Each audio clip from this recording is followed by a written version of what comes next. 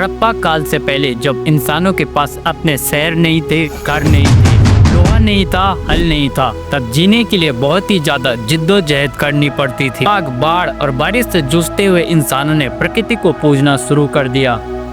यही कारण है कि जब पहली बार हड़प्पा की खुदाई हुई तो नेचर के क्रिएशन और फर्टिलिटी को रिफ्लेक्ट करने वाली माँ देवी की 13 कोटि मूर्तियाँ, बैल की मूर्तियाँ, वृक्षदेव की मूर्तियाँ और पशुपतिनाथ की मूर्तियाँ मिलती हैं। ये मूर्तियाँ भारत में रहने वाले सबसे प्राचीन लोगों के सबसे प्राचीन। हड़प्पा के बाद आए वैदिक काल के ग्रंथ जैसे अग्नि, इंद्र, वायु, वरुण, सूर्य, रुद्र जैसे प्राकृतिक देवताओं की पूजाओं से भरे पड़े हैं। आज भी भारत के लगभग सभी गांवों के अपने अपने निजी देवता होते हैं जिन्हें शादी, उत्सव या त्योहारों से पहले पूजा जाता है ताकि वो गांव, परिवार और खेती की रक्षा कर सके। और ऐसे ही एक कहानी है कांतारा की।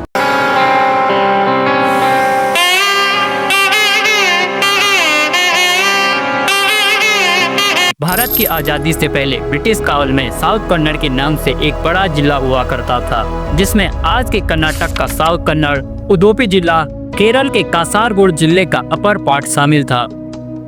इन्हीं सभी जिलों को मिलाकर बनता है तुलुनाडु। तुलुनाडु के लोग लगभग 400-500 स्पिरिट्स यानी कि भूतों की पूजा करते हैं। तुलुनाडु में इन सभी स्पिरिट्स की अपनी अपनी अलग कहानियां हैं और अलग अलग नाम भी। और ऐसे ही एक भूत देव का नाम है पंजुरली। पंजुरली का अर्थ होता है वराह यानी बोर।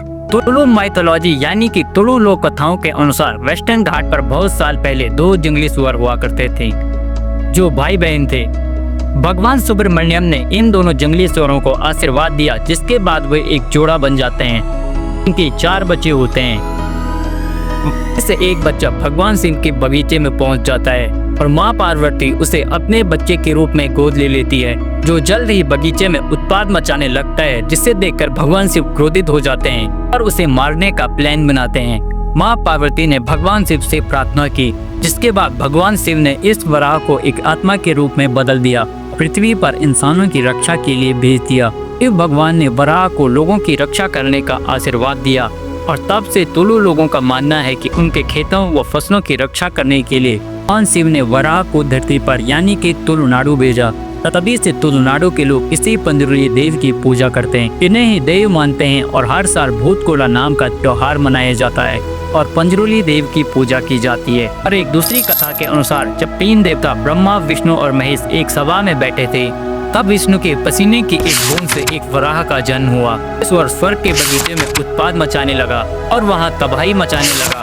भगवान विष्णु ने इसे पृथ्वी पर जाने का आदेश दिया और पृथ्वी पर पापियों को दंडित करने का अधिकार दिया। और इसी तरह वराह धरती पर रक्षक आत्मा बन के आता है। तुलु भाषाई लोग पंजुरली देव के साथ ही गुलिका देव की पूजा भी करते हैं। गुलिका देव भी एक ऐसी ही आत्मा और स्पिरिट्स हैं जिन्हें भगवान ने पंजुरली देव की तरह ही धरती पर इंसानों की रक्षा के लिए भेजा। इसलिए तुलुनाडु में दोनों देवों की एक साथ पूजा की जाती है। इन्हीं आत्माओं व देवताओं की पूजा को भूतकोला कहा जाता है। बना व्यक्ति जिस पर देव की आत्मा हावी होती है वो गांव के लोगों को देवता का संदेश देता है। वो भूतकोला की परंपरा और पंजुरली की कहानी कहती है कांतारा। कर्नाटक के पश्चिमी घाटों के बीच बसे एक छोटे से गांव कंबरू सदियों की एक पुरानी परंपरा है सो भूतकोला। यहाँ के लोग मानते हैं कि गांव में एक दिव्य आत्मा रहती है जो गांव की रक्षा करती है। ये कभी इंसानों के शरीर में घुस जाते हैं और गांव की सुख दुख सुनते हैं। ये बात उन दिनों की है जब देश में ब्रिटिश काल चल रहा था। उस वक्त एक ऐसा राजा था जिसके पास काफी ज्यादा दौलत थी, लेकिन उसे चैन नहीं था। एक दिन वो जंगल जाता है और जंगल की देव मूर्ति के सामने शांति महसूस करता है और वो उस देव से प्रार्थना करता है कि उसे शांति प्रदान करे। देव उसकी प्रार्थना सुन लेते हैं और एक शर्त रखते हैं, ये जमीन तो अपने लोगों को दे दे, बदले में तुझे चैन मिल जाएगा। लेकिन अगर तूने और तेरे वंशजों ने ये जमीन वापस लेने की कोशिश की तो तुम सभी पर देव का कोप पड़ेगा। राजा अपनी शांति के बदले गांव वालों को अपनी जमीन दे देता है और वहां भूतकोला का त्योहार मनाया जाता है, जहां